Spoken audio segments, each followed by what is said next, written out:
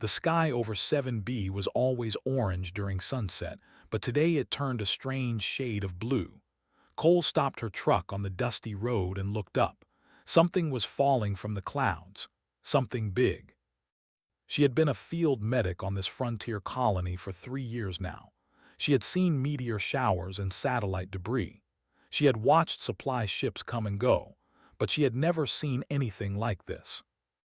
The object left a trail of blue fire behind it.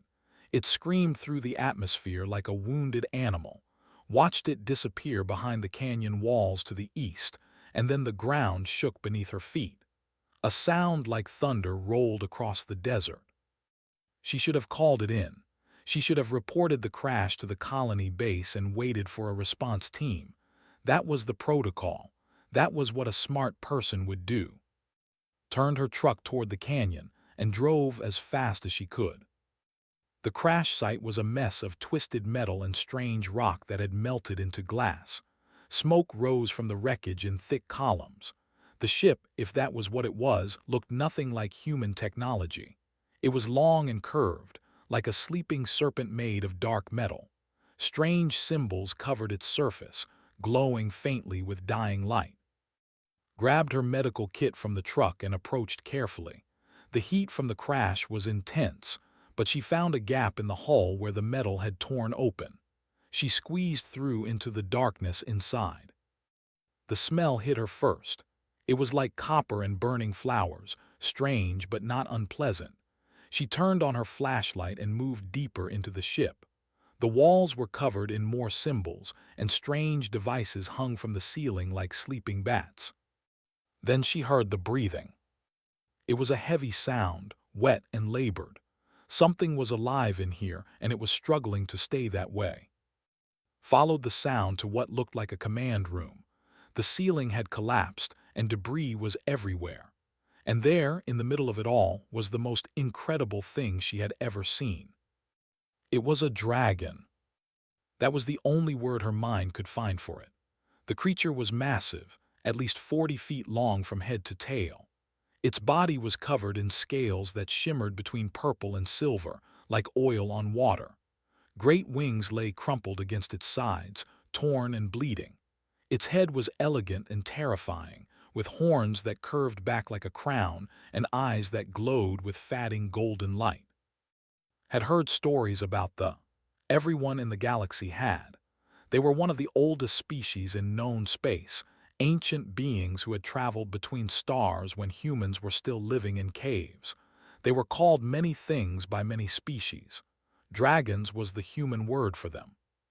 They were proud, they were powerful, they never asked for help.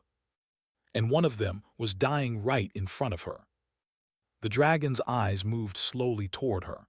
It tried to lift its head, but the effort was too much. A sound came from its throat, deep and rumbling, like words she couldn't understand. Didn't hesitate. She ran to the creature's side and opened her medical kit. The wounds were terrible. Deep gashes ran along the dragon's body, and the blood that flowed from them glowed with a faint blue light. Some kind of radiation was leaking from the injuries, making her scanner buzz with warnings. The creature's breathing grew weaker with every passing moment. She knew she wasn't trained for this. She was a field medic who usually treated mining accidents and bar fights. She had never even seen a before, let alone tried to save one. Her medical kit was designed for humans, not ancient alien dragons. But none of that mattered. Someone was hurt, she could help, so she would. Started with the basics. She scanned the dragon's body, trying to understand its biology. The readings were strange, but she found patterns she recognized. A circulatory system, organs that worked like lungs, nerve pathways that responded to pain. Different species, same basic needs. She cleaned the wounds with antiseptic gel, hoping it wouldn't react badly with the dragon's blood. It seemed to work. The bleeding slowed slightly. She pulled out her cauterizing tool and began sealing the smaller cuts one by one. The dragon watched her work. Its golden eyes never left her face. She could feel the intelligence behind that gaze, ancient and vast. It was studying her just as much as she was studying it. I'm going to help you, she said, even though she didn't know if the creature could understand. Just stay with me, okay? Don't give up. The dragon made a sound that might have been acknowledgement. Worked through the night. She used everything in her kit and then started improvising. She found tubes in the ship that she could use for drainage. She created bandages from the strange fabric of the dragon's own clothing. When she ran out of human plasma, she rigged a system to recycle the dragon's own blood, filtering out the radiation as best she could. It wasn't elegant, it wasn't by the book, but it was working. As the first light of dawn crept through the holes in the ship, the dragon's breathing finally steadied. The glow in its eyes grew stronger. It was going to live. Sat back against the wall, exhausted. Her hands were covered in glowing blue blood. Her kit was empty. She had never worked so hard in her entire life. The dragon moved its head, bringing its great eye close to her face. When it spoke, the words came out in perfect human language, deep and resonant like a bell ringing in a cave. "What is your name, little healer?" Blinked in surprise, Cole. The dragon was silent for a long moment. Then it spoke again. "I am Iran of the... You have done something that cannot be undone, Cole. You have bound your fate to mine." Didn't understand what that meant. She was too tired to think about it. "You can thank me later," she said. "Right now you need to rest." The dragon made a sound that might have been a laugh. "You give orders to Iran said. "You are either very brave or very foolish." Smiled despite her exhaustion. "Probably both," she admitted. "Now close your eyes, doctor's orders." The great dragon looked at her for another long moment. Then, for the first time in perhaps 1,000 years, did what a human told them to do. Oran closed his eyes and rested.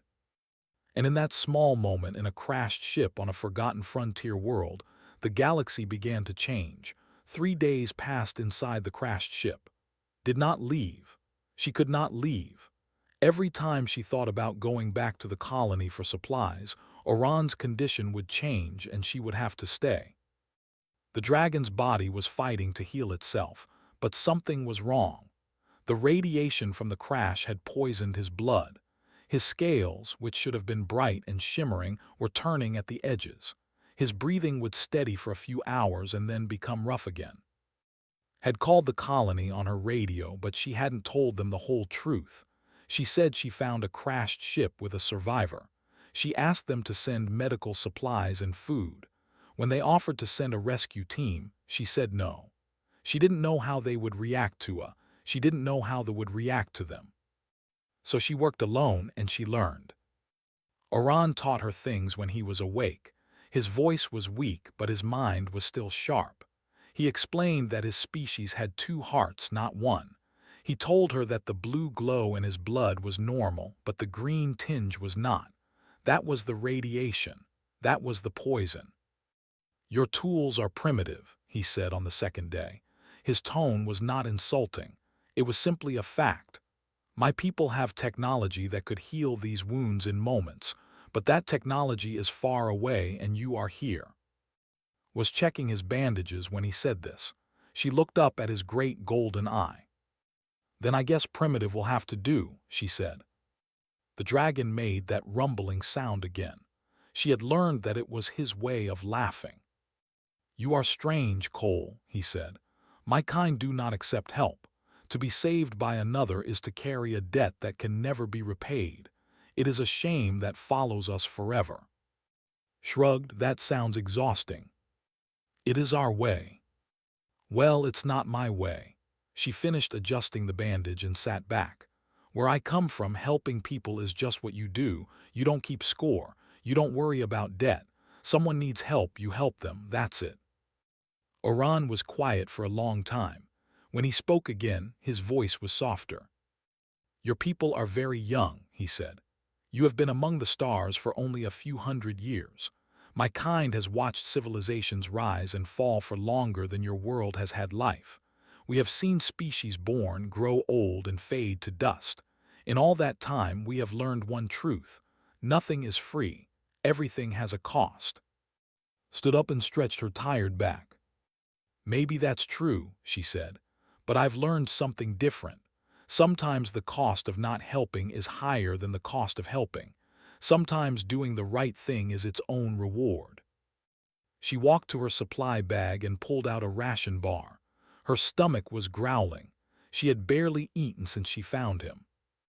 "Humans are strange," Oran said again, but this time there was something different in his voice, something that might have been wonder. On the fourth day, the crisis came. Woke up to the sound of the dragon choking. She ran to his side and found him thrashing weakly, his great body convulsing. The green tinge in his blood had spread. It was in his eyes now, clouding the golden light. "The poison has reached my second heart," Oran gasped. "It is failing. I am sorry, little healer, you tried, but this is the end." Refused to accept that. She grabbed her scanner and ran it over his chest. She could see the second heart struggling, its rhythm uneven and weak. The radiation had built up around it like a wall, blocking the flow of blood. She needed to get the poison out, but she had no tools for that. She had nothing but a basic medical kit and whatever she could find in the ship. Then an idea came to her. "The blue fire," she said quickly. "When your ship crashed, it left trails of blue fire. What is that?" Oran's eyes flickered with confusion. "Plasma. It is what powers our ships, what we breathe when we use our flame." "Is it clean, free of radiation?" "Yes, it is the energy in the universe, but I do not understand what." Was already running. She climbed out of the ship and sprinted to the crash trail. The blue fire had burned itself out, but there were residues left behind, crystals that had formed where the plasma hit the ground. She gathered as many as she could carry and ran back inside. "I need you to tell me if this is crazy," she said, showing him the crystals. "What if we use these to flush out the radiation, clean plasma pushing out the dirty blood?" Oran stared at her. For a moment, she thought he would say it was impossible. She thought he would tell her that she was foolish and her plan would kill him. Instead, he laughed, a real laugh this time, deep and warm. "It is completely crazy," he said. "No one has ever attempted such a thing. It goes against every principle of medicine." His heart sank. "But," Oran continued, "your kind did not reach the stars by following old principles. You reached them by doing crazy things that no one had tried before. Perhaps that is what I need right now. Perhaps I need a little human madness." Didn't waste another second. She crushed the crystals and mixed them with the last of her saline solution. She rigged an injection system using parts from the ship. It was ugly and improvised and held together with tape and hope. She looked at Oran one more time. "This might hurt," she said. "Pain is nothing," the dragon replied. "Do it." Injected the mixture directly into his second heart. The effect was immediate. Oran roared, a sound so loud it shook the walls of the ship. Blue light exploded from his wounds, pushing out waves of green poison. His body arched and twisted, held on, keeping the injection steady, pushing every drop into his system. And then, just as suddenly as it started, it stopped. Oran lay still. His breathing was slow and even. The green tinge was gone from his blood, from his eyes. When he opened them again, they were pure gold, bright and clear and full of life. "Impossible," he whispered. Sat down hard, her legs giving out beneath her. She was shaking all over, but she was smiling. "I prefer the word unlikely," she said. The dragon looked at her and something changed in his expression. It was not gratitude. It was something deeper than that. It was respect. "You have saved," he said. "You have done what the greatest healers in the galaxy could not do. The universe will remember this, Cole, and so will I." Leaned back against the wall and closed her eyes. "Let's just focus on getting you out of this ship first," she said. "The universe can wait." Outside, in the orange sky of 7B, the first warship appeared among the stars. The warships filled the sky like a second sunset. There were 12 of them, each one larger than any human vessel had ever seen. They moved with a grace that seemed impossible for objects so massive, gliding through the atmosphere like whales swimming through an ocean of clouds. The human colony went into panic. Alarms screamed across the settlement. People ran for shelter. The small defense force powered up their weapons, knowing they would be useless against such power. Stood outside the crashed ship and watched the vessels descend. Oran was beside her, leaning on her shoulder for support. He was still weak, but he insisted on being there when his people arrived. "Do not be afraid," he said to her. "They are not here for war." "Then what are they here for?" "Me and now you." The largest ship landed in the valley, crushing rocks beneath its massive weight. A door opened in its side and light poured out, golden and warm. Figures emerged from that light, walking toward them across the broken ground. They were different from Iran. Some were smaller, with scales of deep blue or burning red. Others were ancient, their horns worn smooth by time, their eyes carrying the weight of countless centuries. They walked on two legs like humans, though knew they could take their full dragon form when they chose. The eldest among them approached. She was female, her scales a faded silver, her eyes like pools of liquid fire. She wore robes of black fabric that seemed to absorb the light around her. When she spoke, her voice echoed with the sound of ages.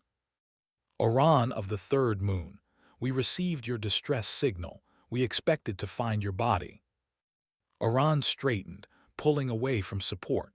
He stood as tall as his wounded body would allow. "I would have died, Eldera, but this human saved me." Every eye turned to. She felt the weight of their gaze, ancient and powerful.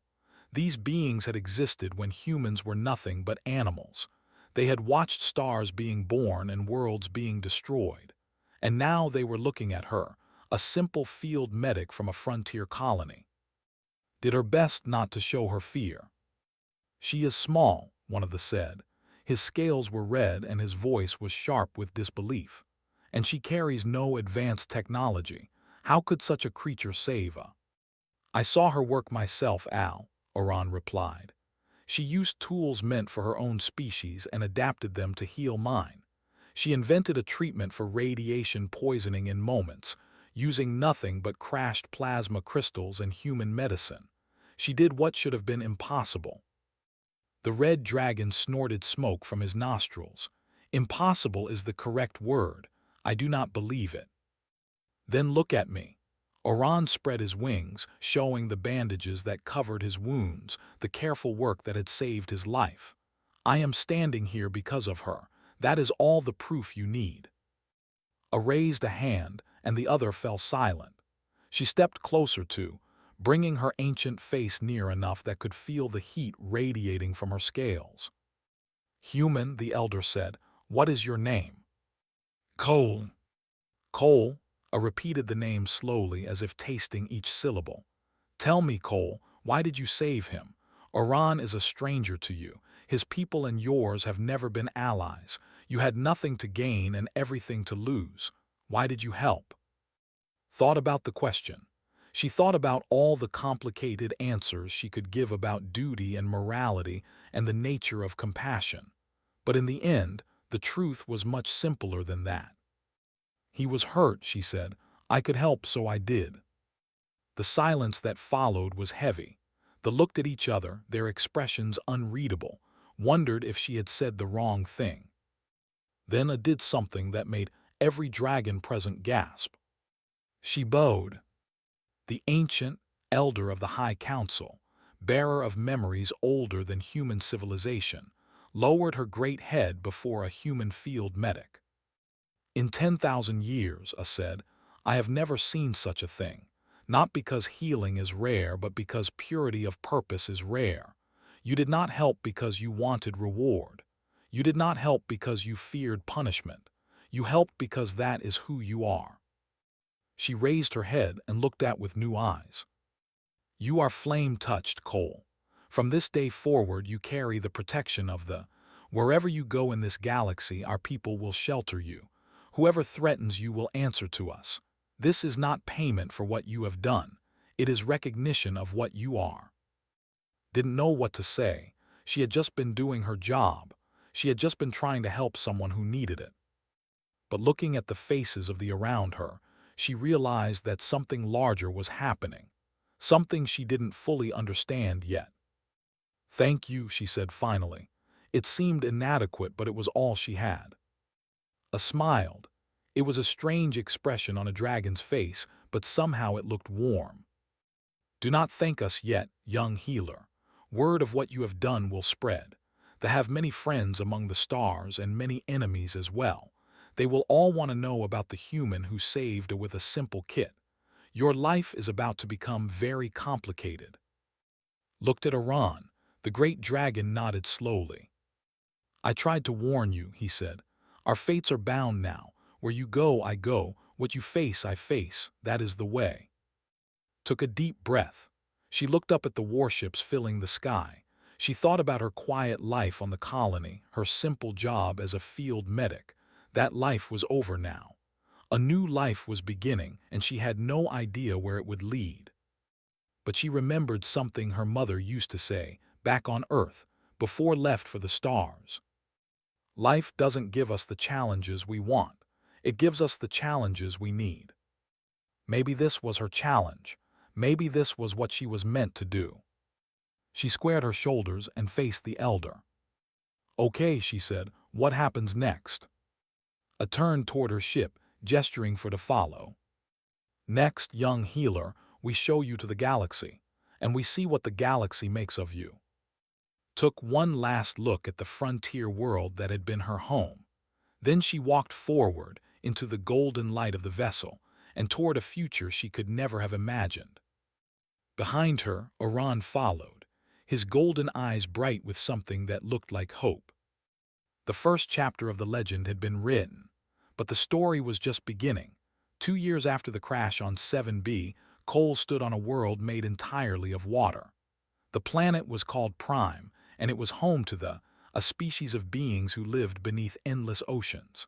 Their cities were made of coral and crystal, glowing with soft light beneath waves that stretched from pole to pole. They were dying. A plague had swept through their population, something their advanced medicine could not stop. Millions had already perished. Millions more were sick. The greatest doctors of 100 worlds had tried to find a cure. All of them had failed. Then someone remembered the story of the human who saved a dragon. Had not planned to become a healer of worlds. After leaving 7B, she had tried to return to normal life.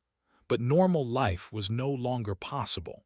They had spread word of what she had done, and that word had traveled to every corner of the galaxy.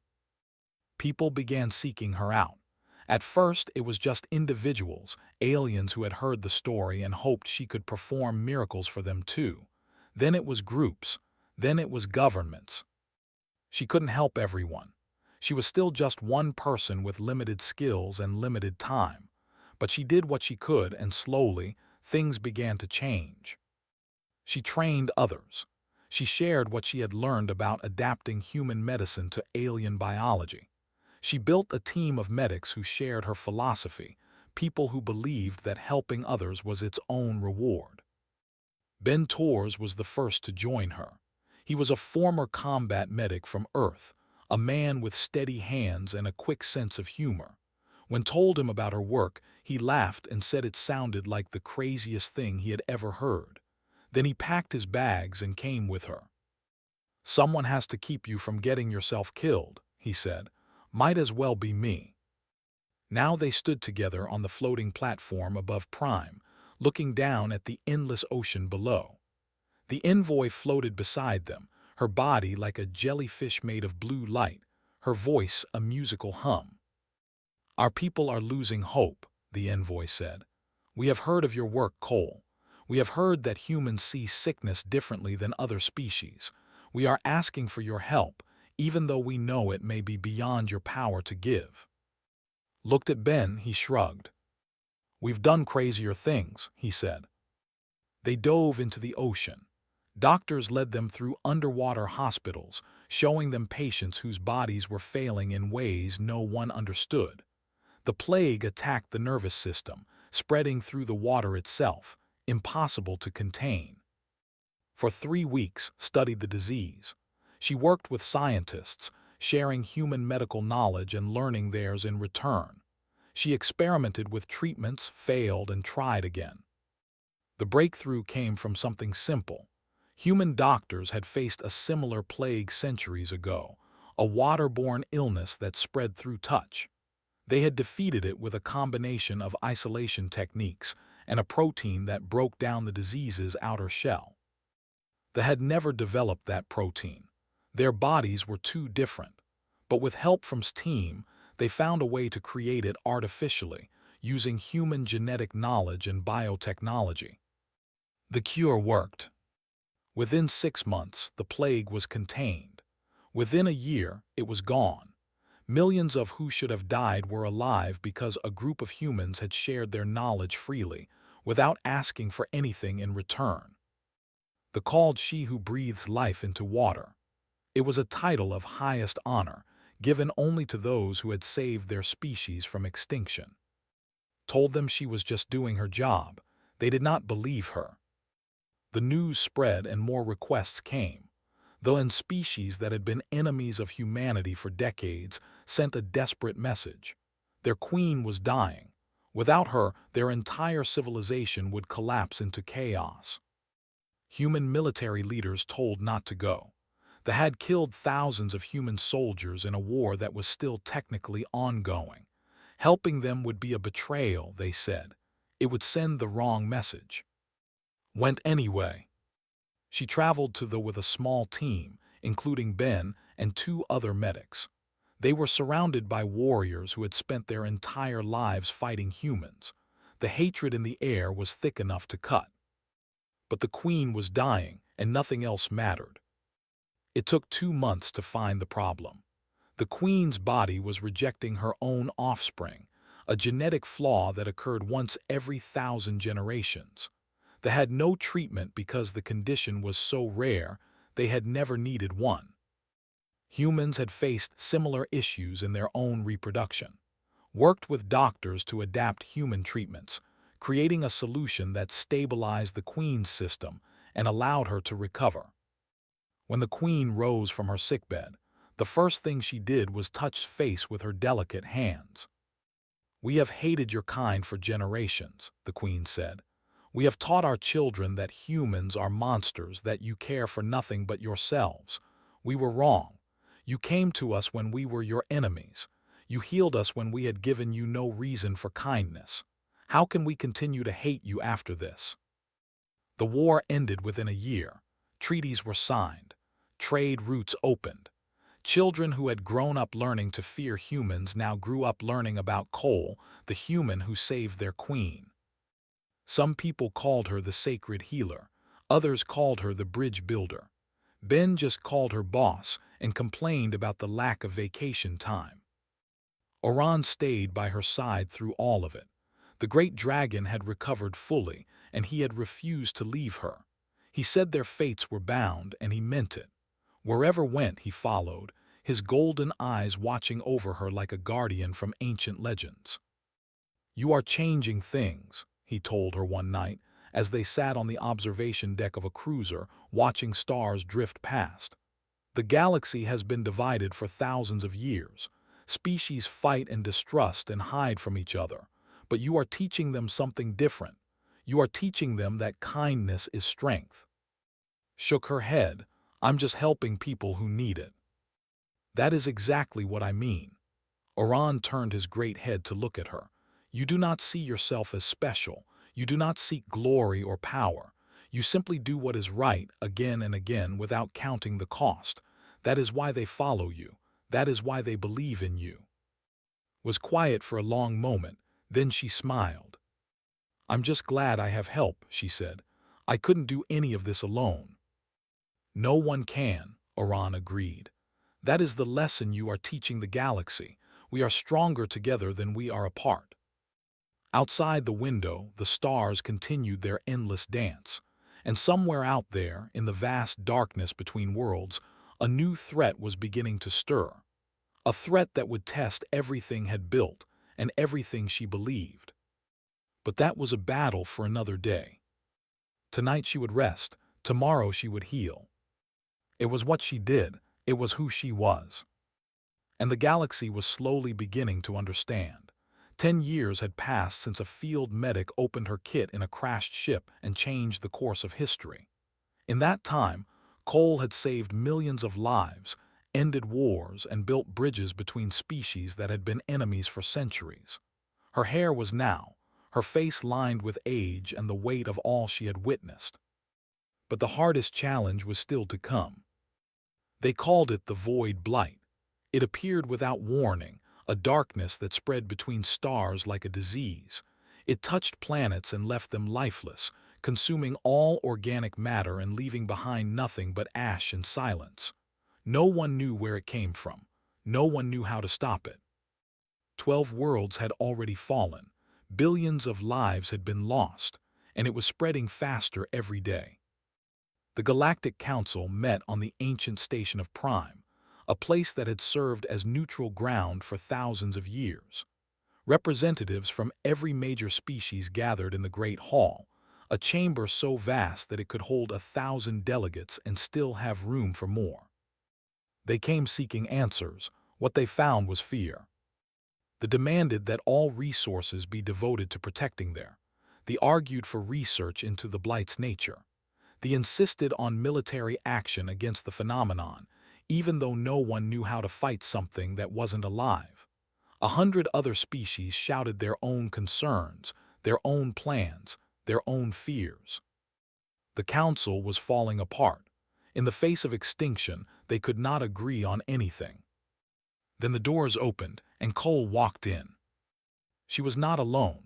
Behind her came a coalition unlike anything the galaxy had ever seen. Flame warriors walked beside scientists. Engineers stood shoulder to shoulder with human medics. Dozens of species, former enemies now united, followed the woman they called the Sacred Healer. Ben Torres walked at her side, older now but still smiling. Oran towered behind her, his scales bright and his eyes blazing with golden fire. The council fell silent, walked to the center of the chamber and looked around at the gathered delegates. She did not raise her voice. She did not need to. "You are afraid," she said. "I understand. The Blight is something none of us have ever faced before. It is natural to want to protect ourselves, to guard our own people, to put our own survival first." She paused, letting the words settle. "But that will not save us. If we fight alone, we will die alone. The Blight does not care about our borders or our treaties or our ancient grudges. It will consume us all unless we face it together." One of the delegates, a being from a species did not recognize, spoke up. "And what do you propose, human? You are a healer, not a scientist. What can you possibly offer against something like this?" Smiled. It was a tired smile, but there was steel beneath it. "I propose exactly what I have always proposed. We help each other. We share what we know. We combine our strengths and cover each other's weaknesses. They understand energy better than any other species. They know more about biological systems than anyone in the galaxy.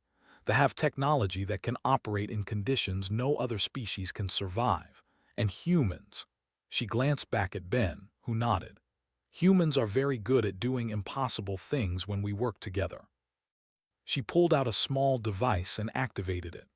A hologram appeared in the center of the chamber, showing the Blight and the data that had been collected about it. "My team has been studying the Blight for 6 months. We believe it is not a natural phenomenon. It is a weapon, created by someone or something millions of years ago and released accidentally. It was designed to destroy organic life, but it has a weakness." The chamber was silent now. Every eye was on her. The Blight feeds on isolation. It targets cells that are alone, tissue that is not connected to other tissue. But when cells work together, when they are bound in networks too complex for the Blight to break, it cannot consume them. She looked around the room. Do you understand what I am saying? The cure for the blight is connection, unity, working together instead of apart. That is not just a philosophy, it is science. The hologram shifted, showing a treatment plan.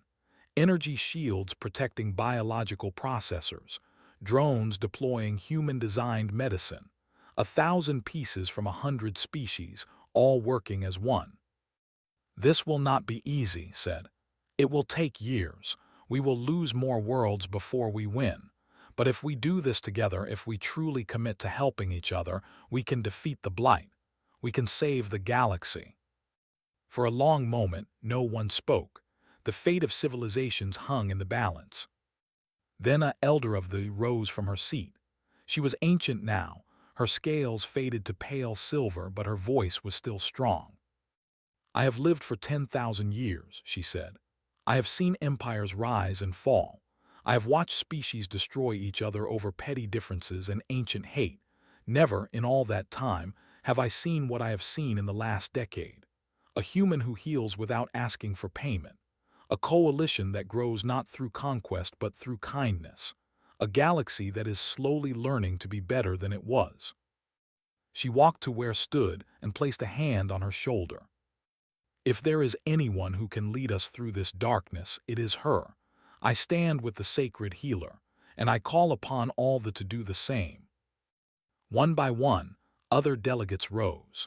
The species that had never agreed on anything before, all standing together, all pledging their support to a human who had spent her life doing nothing more complicated than helping those who needed it. The fight against the void blight lasted 3 years. It was the hardest thing the galaxy had ever done. Worlds were lost. Lives were sacrificed. There were moments when it seemed like all hope was gone. But they did not give up. They did not turn on each other. And in the end, they won. When the last trace of the blight was purged from the last infected world, the galaxy celebrated as it had never celebrated before. Ships from every species flew together through the stars, their lights blending into a river of color and joy. Watched from the observation deck of a cruiser, the same deck where she had sat with Oran so many years before. The dragon was beside her still, his presence as steady and comforting as it had always been. You saved them all, he said quietly. You saved everything. Shook her head. We saved them, all of us together. Oran made his rumbling laugh. Still humble, he said. After everything you have done, you still do not see yourself as special. Smiled and leaned against his warm scales. I'm just a medic who opened her kit one day and decided to help, she said. Everything else came after. The dragon was quiet for a moment. Then he spoke again. They will remember you for 10,000 years, Cole. Long after your body has returned to stardust, your name will still be spoken. The sacred healer, the bridge builder, the woman who taught the galaxy how to be kind. Closed her eyes and listened to the celebration around her. Somewhere out there, Ben was probably getting into trouble. Somewhere out there, species that had hated each other were learning to be friends. Somewhere out there, the future was being born. That's a nice thought, she said softly. But honestly, I just hope they remember the lesson. Help those who need it. Work together, be kind. She opened her eyes and looked out at the stars, at the galaxy she had helped to save. That's all I ever wanted, she said. That's all that ever mattered. And in the end, that was enough.